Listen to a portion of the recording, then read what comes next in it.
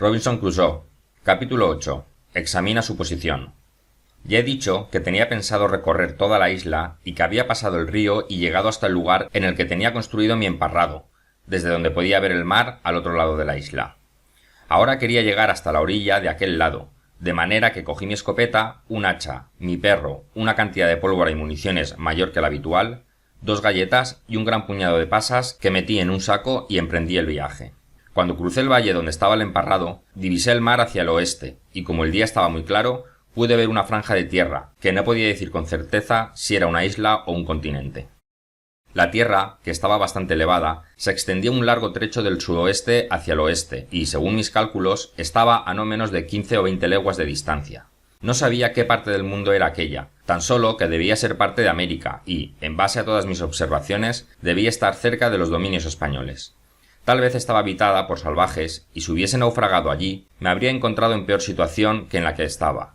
Me resigné, pues, a los deseos de la providencia, en cuya beneficiosa intervención ahora creía. Esto calmó mi espíritu y dejé de afligirme por el vano deseo de estar allí. Además, después de reflexionar sobre el asunto, concluí que si esta tierra estaba en la costa española, con certeza, tarde o temprano, vería un buque pasar en cualquier dirección. Si esto no ocurría, entonces me hallaba en la costa salvaje entre las tierras españolas y el Brasil, donde habitaban los peores salvajes, caníbales y antropófagos, que asesinan y devoran cualquier cuerpo humano que caiga en sus manos.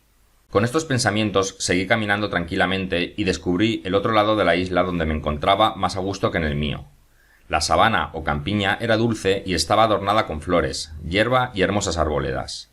Vi gran cantidad de cotorras y me dieron ganas de capturar una para domesticarla y enseñarla a hablar. Y así lo hice. Con mucho esfuerzo capturé una cría que derribé con un palo y, después de curarla, la llevé a casa, mas no fue hasta el cabo de unos años que logré enseñarla a hablar y, finalmente, a decir mi nombre con familiaridad. Más tarde se produjo un pequeño incidente cuyo relato será divertido. Me lo estaba pasando muy bien en este viaje. En las tierras bajas encontré liebres, o al menos eso me parecieron, y zorras, que no se parecían a ninguna de las que había conocido hasta entonces, ni me parecían comestibles, aunque maté algunas. No tenía por qué arriesgarme, pues tenía suficiente comida y muy buena, a saber, cabras, palomas y tortugas.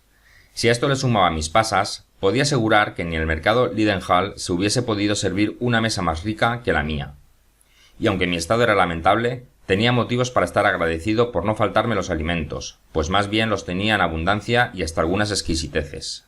Nunca avanzaba más de 2 millas en este viaje, pero daba tantas vueltas en busca de hallazgos que llegaba agotado al sitio donde decidía pasar la noche.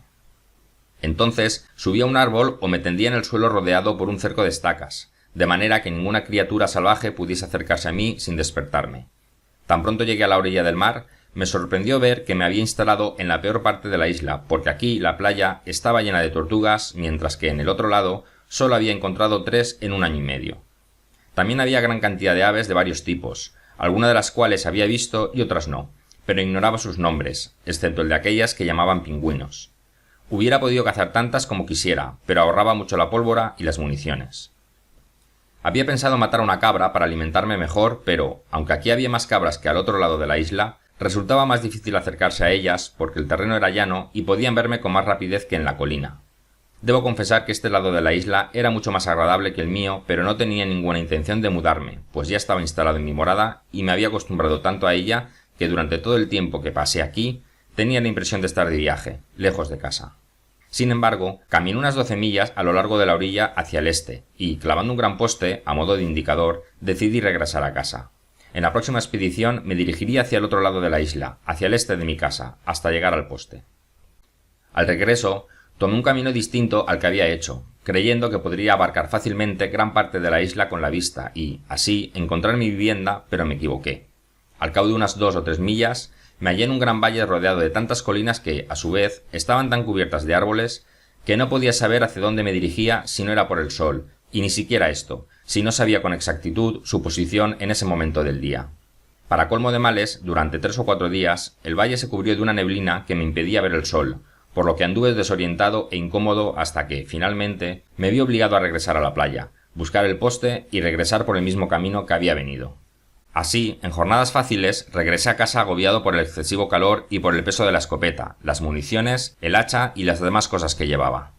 En este viaje, mi perro sorprendió a un cabrito y lo apresó, Yo tuve que correr en su auxilio para salvarlo del perro, y pensé llevármelo a casa pues, a menudo, había tenido la idea de si sería posible atrapar uno o dos para criar un rebaño de cabras domésticas de las que abastecerme cuando se me hubieran acabado la pólvora y las municiones.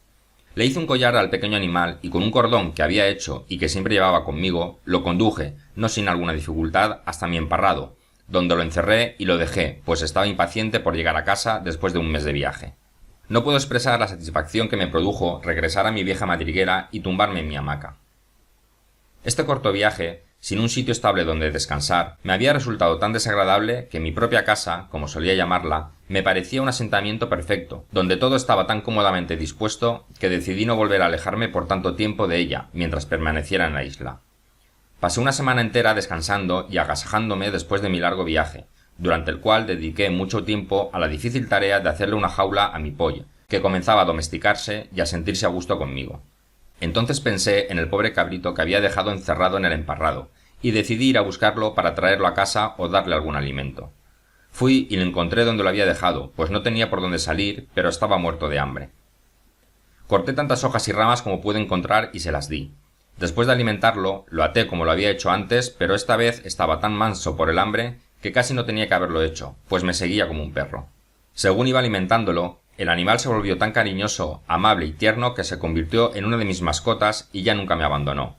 Había llegado la estación lluviosa del equinoccio de otoño. Guardé el 30 de septiembre con la misma solemnidad que el año anterior, pues era el segundo aniversario de mi llegada a la isla y no tenía más perspectivas de ser rescatado que el primer día. Dediqué todo el día a dar gracias humildemente por los muchos bienes que me habían sido prodigados, sin los cuales esta vida solitaria habría sido mucho más miserable. Le di gracias a Dios con humildad y fervor por haberme permitido descubrir que, tal vez, podía sentirme más feliz en esta situación solitaria que gozando de la libertad en la sociedad y rodeado de mundanales placeres. Le agradecí que hubiese compensado las deficiencias de mi soledad y mi necesidad de compañía humana con su presencia y la comunicación de su gracia que me asistía, me reconfortaba y me alentaba a confiar en su providencia aquí en la tierra y a guardar por su eterna presencia después de la muerte. Ahora empezaba a darme cuenta de cuánto más feliz era esta vida, con todas sus miserias, que la existencia sórdida, maldita y abominable que había llevado en el pasado. Habían cambiado mis penas y mis alegrías, mis deseos se habían alterado, mis afectos tenían otro sentido, mis deleites eran completamente distintos de como eran a mi llegada a esta isla y durante los últimos 2 años. Antes, cuando salía a cazar o a explorar la isla, la angustia que me provocaba mi situación me atacaba súbitamente y cuando pensaba en los bosques, las montañas y el desierto en el que me hallaba, me sentía desfallecer. Me veía como un prisionero encerrado tras los infinitos barrotes y cerrojos del mar, en un páramo deshabitado y sin posibilidad de salvación. En los momentos de mayor cordura, estos pensamientos me asaltaban de golpe, como una tormenta, y me hacían retorcerme las manos y llorar como un niño. A veces me sorprendían en medio del trabajo y me obligaban a sentarme a suspirar, cabizbajo, durante 1 o 2 horas, lo cual era mucho peor, pues si hubiese podido irrumpir en llanto o expresarme en palabras, habría podido desahogarme y aliviar mi dolor. Pero ahora pensaba en cosas nuevas. Diariamente leía la palabra de Dios y aplicaba todo su consuelo a mi situación. Una mañana que me sentía muy triste, abrí la Biblia y encontré estas palabras: «Nunca jamás te dejaré ni te abandonaré». Inmediatamente pensé que estaban dirigidas a mí, pues, como si no me habían sido reveladas justo en el momento en el que me lamentaba de mi condición como quien ha sido abandonado por Dios y por los hombres. Pues bien, dije, si Dios no me va a abandonar, ¿qué puede ocurrirme o qué importancia puede tener el que todo el mundo me haya abandonado, cuando pienso que la pérdida sería mayor si tuviese el mundo entero a mi disposición y perdiese el favor y la bendición de Dios? Desde este momento comencé a convencerme de que, posiblemente, era más feliz en esta situación de soledad y abandono que en cualquier otro estado en el mundo.